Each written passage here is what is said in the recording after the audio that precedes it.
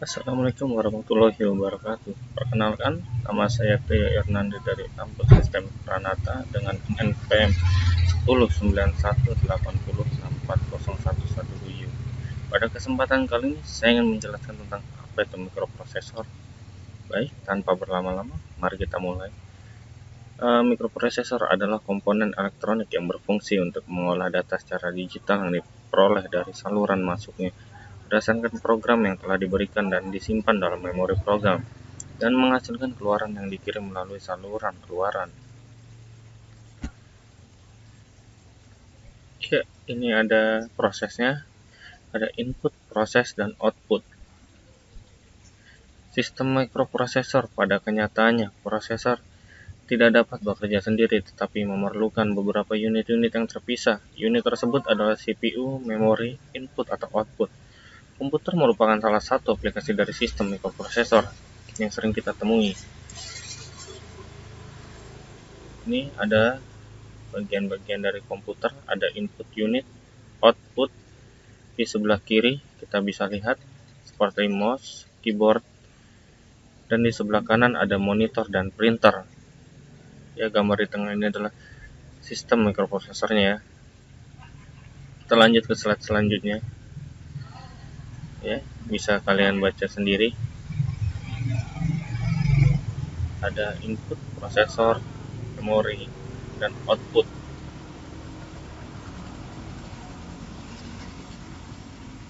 Ini di bagian dari organisasi mikroprosesor. Ada CPU, input, output, memori. Input adalah saluran masukan dan output adalah saluran keluaran ya.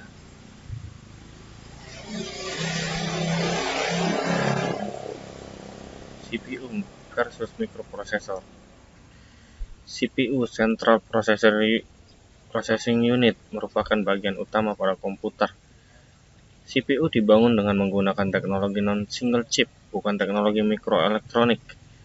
Biasanya dibangun di atas PCB yang terdiri dari beberapa komponen dan terdapat beberapa bagian, yaitu control unit, arithmetic logic unit.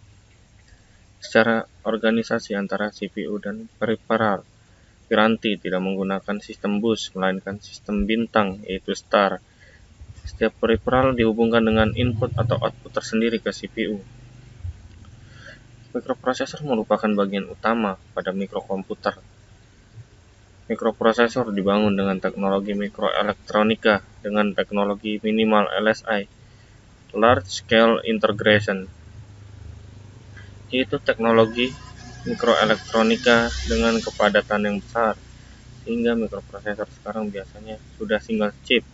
Mikroprosesor sudah dilengkapi dengan Central Processing Unit, Register Lyric, Timing and Control Unit. Secara organisasi, hubungan antara mikroprosesor dengan peripheral menggunakan sistem bus yang terdiri dari bus alamat atau address bus, bus data, dan bus kontrol.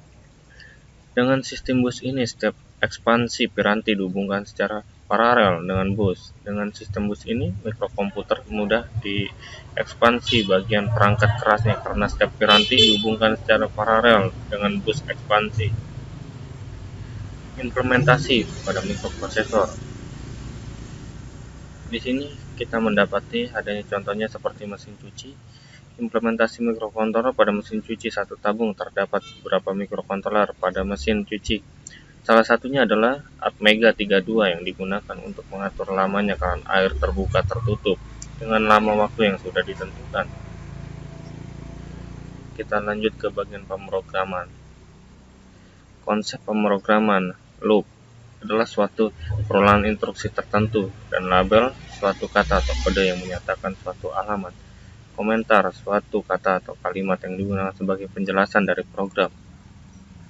Flowchart, representasi grafis dari algoritma yang dinyatakan dalam blok fungsional dan garis yang menunjukkan proses dari program. Kita bisa lihat di sini. Kita lanjut ke slide selanjutnya. APR dan bahasa C. APR dikembangkan secara khusus untuk dapat diprogram menggunakan bahasa assembly dan bahasa C. Bahasa C adalah suatu general purpose programming language yang dapat digunakan dengan mikroprosesor atau mikrokontroler apapun, sepanjang terdapat compilernya. Bahasa C menampilkan secara lebih mudah konsep tentang apa yang harus dilakukan oleh microcontroller dengan teks yang bisa dibaca dengan mudah dan logis. Setelah menguasai bahasa C, secara umum kita dapat berpindah dari satu microcontroller ke yang lain dengan lebih mudah, mampu menyusun program yang mudah dipahami dan dikembangkan dengan lebih cepat. Secara umum, misalnya program equivalence basic atau C lebih mudah dibanding menggunakan bahasa assembly. Ya, terima kasih. Itu saja. Semoga video ini bermanfaat. Assalamualaikum warahmatullahi wabarakatuh.